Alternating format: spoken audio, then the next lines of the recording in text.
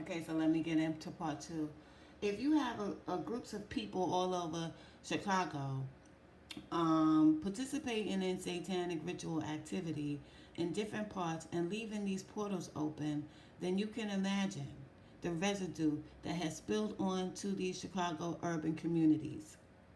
From and it became an urban community because they built Cabrini Green on Little Hell, which was considered cursed grounds.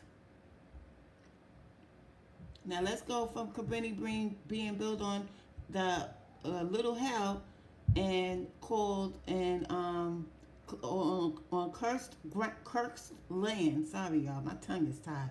On cursed land, and you have a TV series that's based out of Cabrini Green in Chicago, and on an episode of Good Times, JJ is being attacked and they're trying to recruit him into a gang.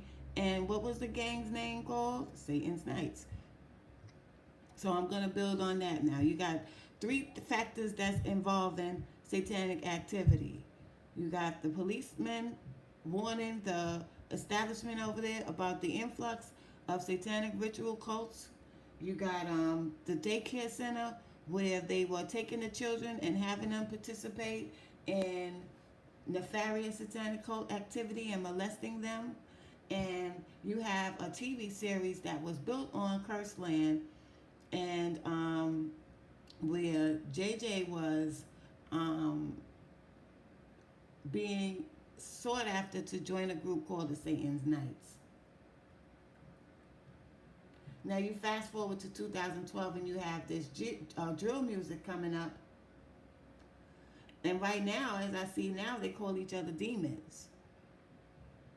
So these things are not coincidental, and it's not an image and as they would say, because they know how to cover these things and make it look like it's just nothing. It's just a phase, or it's just something that people do. No, it's not a phase and just something that people do. This territorial beef over land that doesn't belong to anybody didn't just come up by itself. This is by design. This is by design. And you have this murder culture. You have these children online going at each other via social media, showing all their guns, discussing the bodies that they have with each other and how many bodies, comparing the number of bodies with each other. And the next thing you know, they're talking to each other online, laughing and giggling and talking about how they're going to kill each other. This is not normal behavior and activity. And we have separated, adults have separated themselves from what's going on out of fear and not being able to identify with them. I still can identify with the youth, and I understand how peer pressure and trying to fit in plays a part in this. Now, not only is it peer pressure and trying to fit in, but they're actually fighting for their lives over there. Because each group of gangs is terrorizing each other. Some become allies with each other and they go after another group of gangs and allies. Over what? What is the cause? You have built up a cause now because every time somebody gets killed, the other side wants revenge. So it's a never-ending cycle. But this is a spell. This is not just something that's happening. It's a spell. And you guys have to break the spell. Now I see FBG Duck, when I'm doing my study on him, and I'm researching, I'm watching all the videos.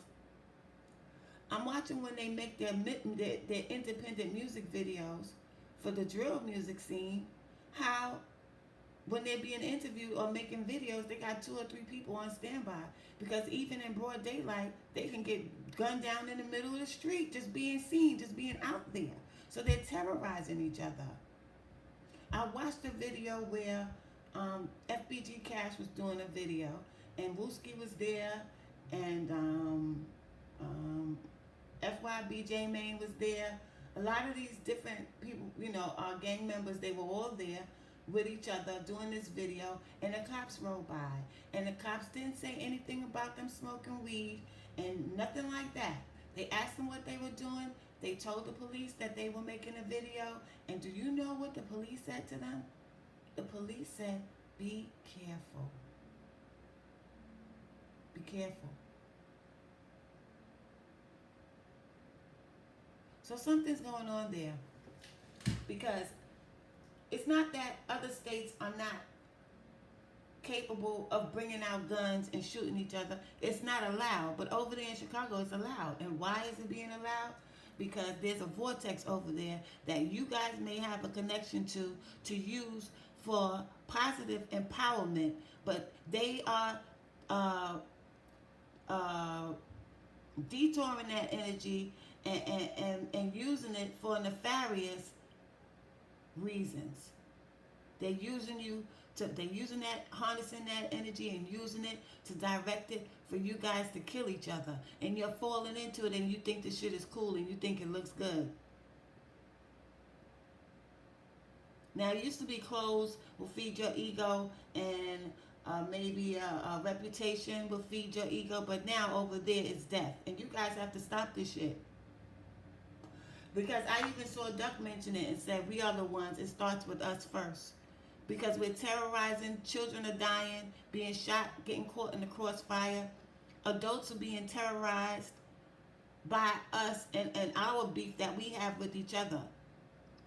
And he made a song called Chicago Legends, basically extending an olive branch to the BDs, and no one responded.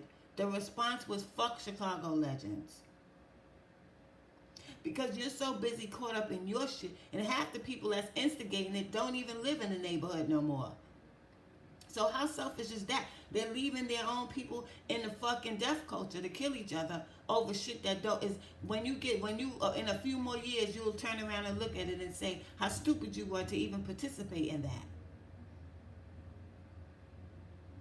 And I can understand the anger and the pain and the PTSD, because one gang is killing, you both are killing each other off, and lives are being lost, and people are hurt by that. You never become numb to pain. You can act like you're numb to pain, but you're not numb. You're fronting because you want to give us this image. This is not a trend here. This is lives being lost here. And it's being controlled by outsiders, the real ops. And you have FBG Duck murdered in cold blood in the middle of the street in a high prestigious area equivalent to Fifth Avenue in New York City, the Gold Coast. Broad daylight. They leave him on the ground. The police come to the scene. They leave him on the ground. Nobody's attending to his wounds. They won't even touch them. But they're on the floor picking up bullet fragments, picking up the shells. And they did it right on video. It's not like this is news like nobody else can get. They did it where everybody could see it, because they don't have no respect for our intelligence. And they think we don't give a fuck about our children. But they're picking up the bullets. They left Duck on the ground, bleeding to death. And he was conscious. He was moving around fighting for his life. And it just makes me so angry when I see that video. Because the guy on the bike is there. He's talking all this shit about that's FBG Duck on the ground and arguing with the police. But I never once heard him ask them, why isn't the ambulance attending to Duck while he's laying there on the ground bleeding? They're standing around him like they're just making sure for him to die. I don't even know if these are policemen or not. They could have on a police uniform and be in a police car, but they might not be actual police. My first thought when I started seeing all those murders in Chicago, the news reports, I was like, this is not just gang members. But then again, as I'm doing my research and I'm watching the Chicago residents talk about shit that went on over there, they were saying that there was 2 crates found over there with a whole bunch of ammunition, whole bunch of guns, whole bunch of bullets just left there. Just like they did to us in New York City and Brownsville in 1992. There was a big truck left over there abandoned with a whole bunch of weapons and a whole bunch of bullets. And that was during the time where we had the murder rave going, the murder energy going on over here, which is coming back for some reason. But at that time, it was New York City, Iraq. But they were fighting over drugs and money. You guys are fighting over lyrics and songs and dissing each other's dead friends and family. And you think that shit is cool. And the people that's watching, the fans is participating and egging the shit on from their fucking houses behind their computers, while these people can't even go outside and go to the store without being gunned down. The world is watching, the real ops are watching, and they're watching y'all do their work. And both sides have been. It's not like one side, these nefarious outside characters wasn't involved. Because Duck and Newski could have lived, both of them, if maybe they could have lived if they had a medical attention on time. They both didn't get medical attention fast as they could have. As fast as they could have. Because when I watched the docudrama, the final hours of OTF NUSKI, they left him in the Jeep shot up. He was in the Jeeps waiting for his girlfriend to come out of the store in a crowded area just like Duck. Broad daylight, shot him up in the car, left him there, and then people on the scene felt must have touched him and tried to fill his pulse. They realized he was still breathing and wanted to offer help to save his life. And when they called the police and asked and told him he was still breathing, they told them not to touch him because it was a crime scene. And that's the way they treated Duck. When they was there on Oak Street, they treated it like a crime scene, and that man was still alive laying on the ground. Left him there for 45 minutes when the hospital was 5 minutes away. So who's the real ops? Who really shot Newski? Who really shot Duck? The question is up in the air. Was it really gang members, or are they doing these things to incite you guys to kill each other and keep that war going because they understand that a spirit is coming where you're starting to realize that the shit is fucked up and you're getting ready to come from under that spell. The spell is about to be broken.